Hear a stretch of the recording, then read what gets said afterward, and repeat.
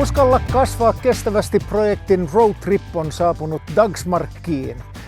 Mellano Plant on taimitarha, jossa vierailen, ja Mellano Plantin toimitusjohtaja Rainer Budman vastaanotti hienon kestävyyspalkinnon Lappfjärdin yrittäjägaalassa viime marraskuussa. Yksi perusteluista oli investoinnit vastuullisuuteen. Se oli ihan hieno tunnustus, että saatiin semmoinen palkinto ja se vastuullisuushan, mehän eletään siis sen kanssa täällä joka päivä ja on mukana meidän päätöksissä, ja yleensä se vastuullisuus ja taloudellisuus, talousajattelu, niin menee käsi kädessä aika paljon, että ja investointeja mitä tehdään, niin yleensä se vastuullisuus ja parantaa sitä toimintaa myös. Esimerkiksi voidaan sanoa, että me käytetään 100% fossiilinta sähköenergiaa, mikä on tuotettu fossiilittomasti. Sitten rikkaruohoa torjutaan kuumalla vesihöyryllä, eli ei käytetä kemikaaleja siten. Ja itse toiminta, sehän on jo lähtökohtaisesti vastuullisuutta, koska te kasvatatte tulevaisuuden hiilinieluja. No joo, se on tietysti semmoinen aika ainutlaatuista toimintaa, kun puhutaan niistä hiilinieluista ja puista tuolla metsissä, niin tämä on niiden isojen ja kasvavien puiden puuston alkuun, mitä me kasvatetaan ja toimitetaan. Tämä on suhteellisen suuri yritys, te työllistätte yli 20 ihmistä vuositasolla. Millä lailla huolehditte henkilöstön hyvinvoinnista?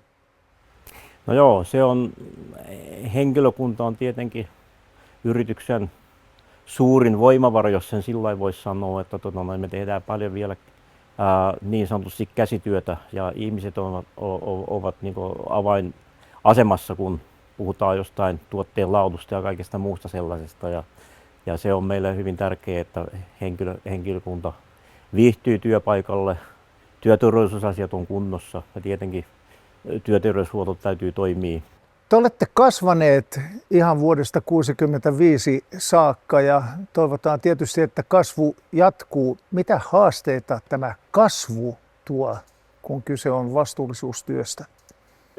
Energian käyttö on kasvanut, voidaan silleen sanoa. Tietenkin kasvihuoneet on enemmän, täytyy lämmittää, sähköä kuluu enemmän eri prosesseissa.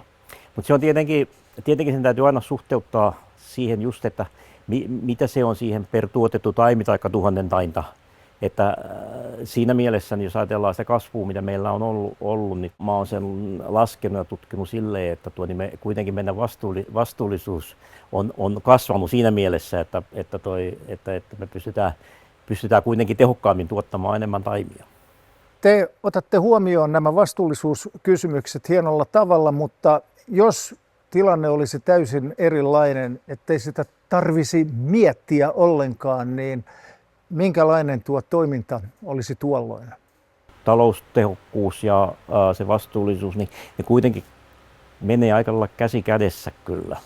Että tietenkin jos ajatellaan, että minkälaisia investointeja tai satsauksia me ollaan tehty vastuullisuuteen, joka ei suoraan vaikuta siihen tuotantoon, niin tulee nyt mieleen sellainen juttu, että me ollaan nyt rakennettu näitä niin sanottuja laskeutusaltaita, sedimenttialtaita meidän salaoja ja sadevesivedelle, kun me ollaan tässä 2 joen välissä. Niin täällä on aina mielletty se, että me ollaan tässä aika semmoinen vesistö- ja luonnon kannalta aika arassa paikassa. Niin en mä usko, että me oltaisiin jätetty niitäkään tekemättä, kaivamatta, vaikka niitä kukaan ei olisi sanonut, että niitä pitäisi olla. Ei kukaan meille ole sanonut, mutta me ollaan tehty ihan vapaaehtoisesti. Mutta kuitenkin me ollaan mielletty se, että se vesi, mikä täältä menee jokeen, niin se on niin puhdasta kuin mahdollista. Ja siellä ei ole humusta ja kiintoaineita mukana. Ja myös sitten, että niin ei tapahdu mitään eroosia joen reunoilla ja muuta semmoista. Eli huolehditte myös lähiympäristöstä? Kyllä me pyrimme sen tekemään.